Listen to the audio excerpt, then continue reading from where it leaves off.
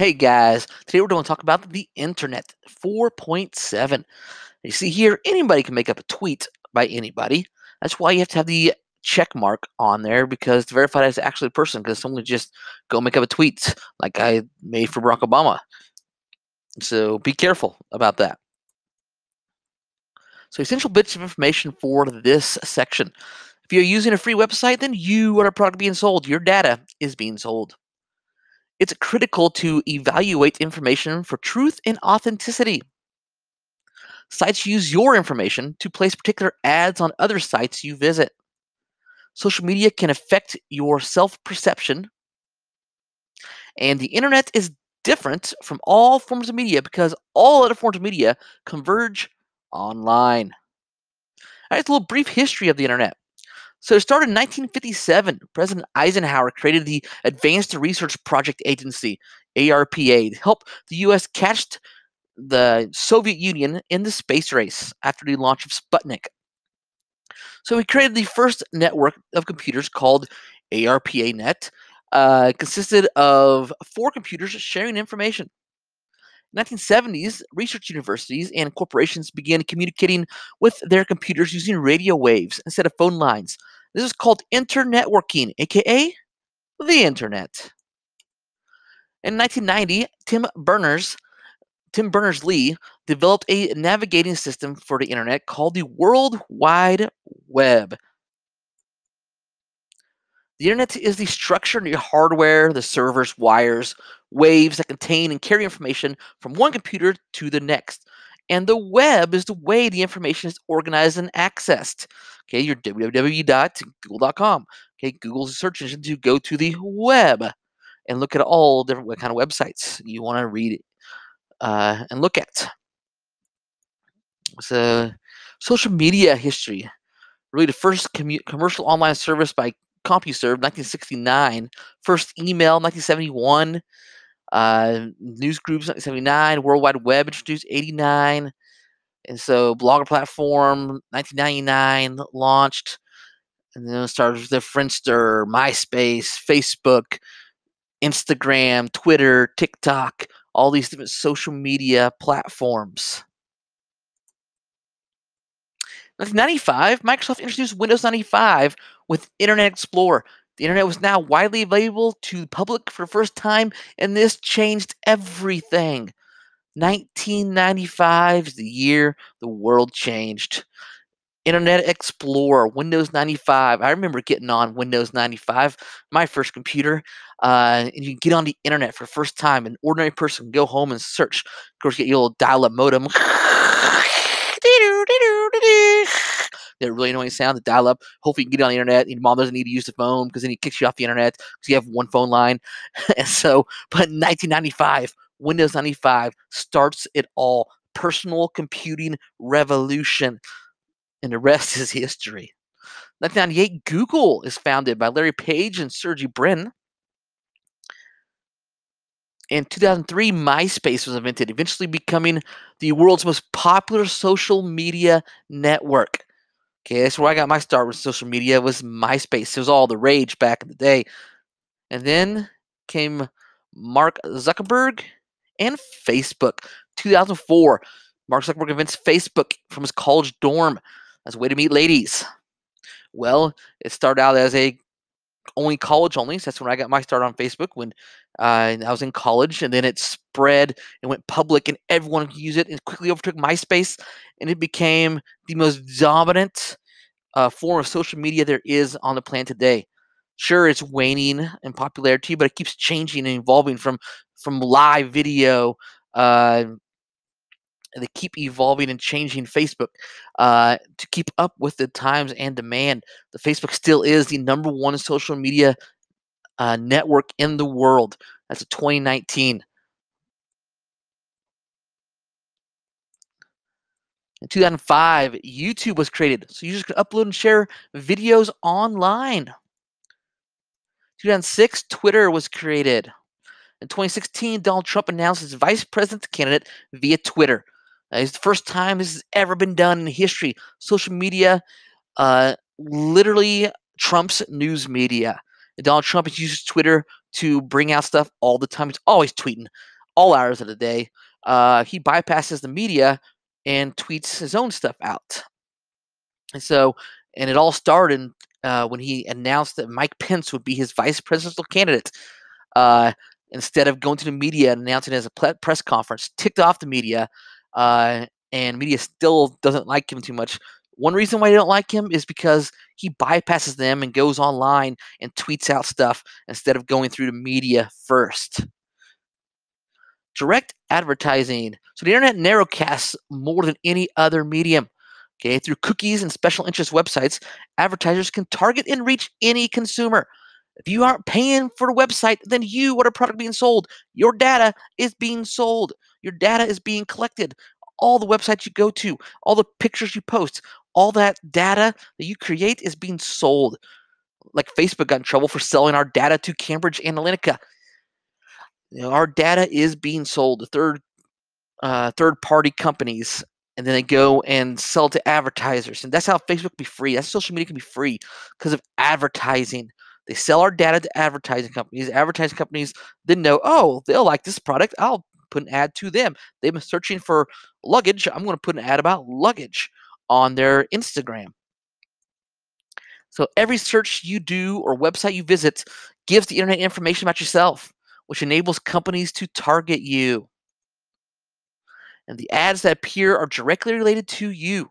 Direct ads. How to combat this? Clear your cookies and history. And then the next website you go to, it'll get your data and start fresh. But there's really no way of getting away from ads. And ads directly link to what you search for, what you talk about. It's all other mass mediums suffer the internet, but print media suffered the most. Because why wait for tomorrow's newspaper out to see what's going on? You can get it immediately. All right. Within seconds, you can see what is going on in the world around you. It's immediately available instead of waiting for the evening news or waiting for the newspaper to come out. You know exactly what's going on at all times, 24/7. The internet allows us to interact with other people. It's interactive, it's global, and its content is portable and sometimes user-generated. All right. And so we can now the internet has really brought the world together and really makes a small world even smaller when you can talk to someone in China or India any time of day. You can have business deals across the world. The internet is everywhere. And the internet gives us the ability to call up content on demand whenever we want it. But there are issues when it comes to the internet. And that brings us to digital citizenship. Okay, before you post, like, tweet, share, comment, think. Is it true? Is it helpful? Is it inspiring? Is it necessary? Is it kind? We all need to be good digital citizens. Just like we are expected to be good citizens of our community, we are expected to be good citizens on the online community as well. Okay, we are creating the internet as much as we are consuming and sharing it. The culture of the internet demands that we be good digital citizens. Digital citizenship, according to digitalcitizenship.net, are the norms of appropriate, responsible behavior with regard to technology use, aka don't be a jerk, don't be a troll. Okay, don't post stuff online to intentionally hurt people or get a rise out of people. Don't go into the comment section and start spouting off stuff to get people angry at you. Just don't do it, okay? Think before you post anything. Be a good digital citizen. And do not hide behind a keyboard and bully people. No one benefits from that kind of behavior. Your keyboard warriors, your keyboard bullies. The world would be a much better place if we would be kind to one another in real life and online. So, another thing, our digital footprint. What you put online stays online forever. You can delete it. You can delete all you want, but guess what? It's never going to go away. Whatever you post now stays online forever. Just ask Major League Baseball stars who's gotten in trouble for a tweet they made in high school that was homophobic or racist, and now it's being brought up 10 years later when they're pitchers in Major League, and they're getting in trouble for it. Okay? Things don't go away. Be careful. What you post online, your digital footprint will last forever. It's backed up on a server somewhere, right? And then never take anything on the internet especially user-created content as fact. Never take it as fact. Always fact check. Great fact checking websites are Snopes and factcheck.org. Link to those are in the description. I can check those out and see if the story is legit, if it's true, before you go and spread it around. See if it's legit and true, and use these websites. Or factcheck.org is really good to see like presidential speeches, any kind of government speeches or business speeches. Like, are they telling the truth? You fact checks them. The selfie generation. We have the freedom to create or say whatever we want online. There's no internet watchdog that regulates it. It is modern day wild, wild west. Okay, it's important to recognize how you present yourself online. It's very important. Right? What you do online echoes in eternity. And today, all the focus is on self, identity, and selfie, which leads to a lot of narcissism. Which means you're full of yourself. Okay, we are in desperate need for affirmation in social media. Desperate need for likes. We thrive for likes, shares, comments, retweets, views, etc. Some even base their entire worth and value on likes. Right? If a picture on Instagram doesn't get enough likes, you'll delete it. We have social media influencers we'll talk about later who base their entire livelihood on likes and shares and tweets. Okay, Instagram's even going as far as thinking about and testing getting rid of likes, making them private so they're not public. So we don't, this disease we have of constantly needing affirmation and likes and shares and comments and retweets. But we're better than that. We don't need all this. So maybe Instagram is getting it right. Who knows? Or maybe it'll be the downfall of Instagram. We'll find out shortly. So social hierarchy has been around forever. We know who is popular and what the pecking order is. Social media has quantified it and made it public. Popularity now is a number. All right. How many likes do you have? How many shares, retweets, views? Right? Social media will always offer new apps and sites that claim to be the next big thing. Okay, one app grows out of style, another app appears. All right, and that becomes the next big thing. Okay, and that wanes. It gets inundated with ads or old people, or it just becomes boring, and then the next big thing comes up. And that social media is always changing with the youth culture primarily. It is the greatest truth of our age. Information is not knowledge. We have information overload, but we're not necessarily knowledgeable about stuff. We just know a lot of stuff. Okay, and C.W. Ledbetter says, "You are what you share." Right? Social media influencers. It's kind of a new form of marketing that's been taken off in the last few years. Social media influencer are social media users who have established credibility in a certain industry, whether it's photography, fitness, home design, or just being a celebrity, and have access to a large audience whom they can influence. And influencers tout their own brands. Sometimes they build their own brands online or work with brands as endorsers, like by wearing their hats or clothes or being seen with the product or using the product. They get paid big money for this and influence politics by spouting off their viewpoints. They influence culture dramatically. The youth culture, the social media culture is really taken over. You have things like VidCom, where in the last 10 years, people from YouTube and TikTok and all over social media go and collab and get clout and share ideas and what's the next big thing out there. And social media influencers are a huge deal. And you can make a lot of money being an influencer, anywhere from $10,000 to $250,000 per post. Okay, Kylie Jenner can make up to $1 million per post. Okay, influencers like Cameron Dallas, Logan Paul, Kendall Jenner, Selena Gomez, The Rock. You can be a celebrity, or you can be a self-made celebrity, or just an ordinary person who makes themselves famous. Insta famous, YouTube famous. All right, many kids today want to be internet stars because you can make a lot of money being internet stars. So kids as young as 19 years old are on the internet trying to become famous, getting those likes and views and shares. Okay, social media influencers, companies spend billions of dollars a year on influencers because it works. Okay, you see one of your followers, someone you admire, with a product, you're more likely to buy that product. And so that kind of advertising, that kind of endorsement deals work. So social media influencers are becoming huge. Right? A picture's worth 1,000 potentially inaccurate words. Okay, once a photo is sent, it can never be controlled. It's out there forever. Photos get used and reused over and over again for purposes that have nothing to do with the original photo. That seems to happen an awful lot. Someone will tweet out a photo, and it turns out that's false. It's not even a photo from that, or not even that same person. It gets shared a lot. For example, this photo right here, this dad and this kid.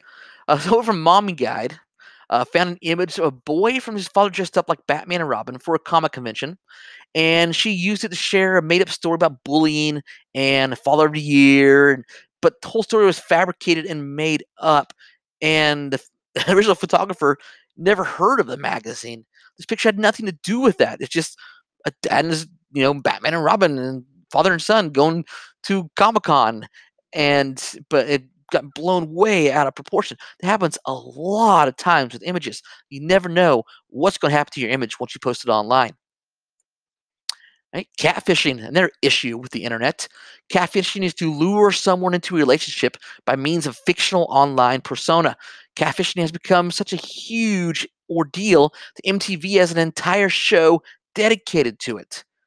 Right? Neve Schulman had it happen to him, so he created a documentary that eventually led to a show that they go and help people see if the person they fell in love with online is legit or not.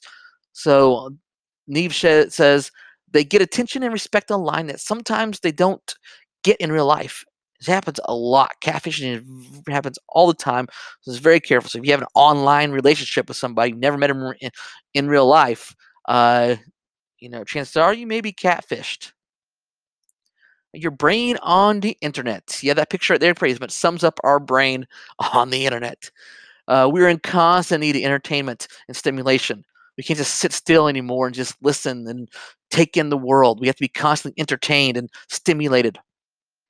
The more we use the web, the more we train our brain to be distracted to process information very quickly and very efficiently, but without sustained attention. Nicholas Carr. We know a lot of facts, but we rarely know the context behind the facts. Okay, we can spout off dates and facts all we want, but we don't know the context behind these facts. Okay, that's why we got to dig deeper. Right? We're losing that ability. We're kind of our brains are kind of like the Wikipedia. It just knows a little bit of information about everything. Right? The internet works as an external hard drive for our brains. We don't need to store stuff anymore. We can go, oh, let me Google that. Let's see what it is. Oh, okay. And so we don't need to remember and store it. It's all stored in the cloud now. Easy access anytime we want. New York Times featured an article a few years ago titled "The Unending Anxiety of In Case You Missed It World." Right? It addresses the feeling of constant panic caused by not being caught up on a barrage of social media. Oh, did I miss this person's post? Did I miss this person's story? Oh, I got to see that. I got to be in the loop because next hour they're going to talk about that in class. My friends are going to talk about that at lunch. I got to be in the loop. I can't miss out. Oh, did I miss the latest signing of my favorite ball team? Did someone get cut? Did something happen in the world? I gotta know. So our brains are constantly needing to know this information. Okay, or FOMO, fear of missing out. It's also a problem with social media that if you don't have your phone on you at all times, I may have missed something. I don't know what's going on in the world. I got to know. And so it really freaks our brain out. It really freaks us out. And we have the constant fear of missing out. We must always be checking our phones to see if anything new has occurred, constantly updating our Instagram feed, our Facebook feed, our Twitter feed, constantly looking and checking our Snapchat, constantly all the time, seeing if something new happened or someone new did something, our friends are up to something that I want to be a part of. Right? And there's a great video, one of some of my favorite commercials of all time. AT&T created these series of life without the internet. What when the internet went out, and this family's like freaking out. So check that out in the description. Link in the description for that videos. It is absolutely true. It hits nail in the coffin with that. The threat down. What threats lie on the internet? Well, the largest threats on the internet are decreased attention span. It's the number one threat. Okay, we can no longer sit there and listen to someone talk. We have to be constantly entertained. An unreasonable desire for affirmation from strangers. We like likes and views and comments and shares. That's the danger. Online predators are a danger. Someone could be catfishing you. Someone could be, you know, influencing you and trying to get you and kidnap you to sell you into human trafficking. Okay, online predators, real thing. Cyberbullying. Okay, these people hide behind a keyboard and bully others and troll people and go in the comment section, leave mean comments about someone on their Instagram post or whatnot. Stop doing that. And giving a kid a smartphone without conversations about responsibility and potential threats is as ridiculous as giving a teenager a Ferrari without first requiring to take driver's ed or even have a driver's license. Absolutely crazy. Okay, you must be better people online. We must be better people. I did discussion questions. Not sure if this is real life or it's just fantasy. In what ways are people different in real life, IRL, or online? How can we determine which sites and people are real and trustworthy? What does it mean to be a good digital citizen? And imagine how historical figures may have used social media. I can only imagine, like Alexander Hamilton, how much he wrote. Man, he'd be all over the internet, just spouting off stuff about Jefferson. I can only imagine those if the internet was around during his time period. Well, that is it for the history and influence of the internet. Until next time, see you guys.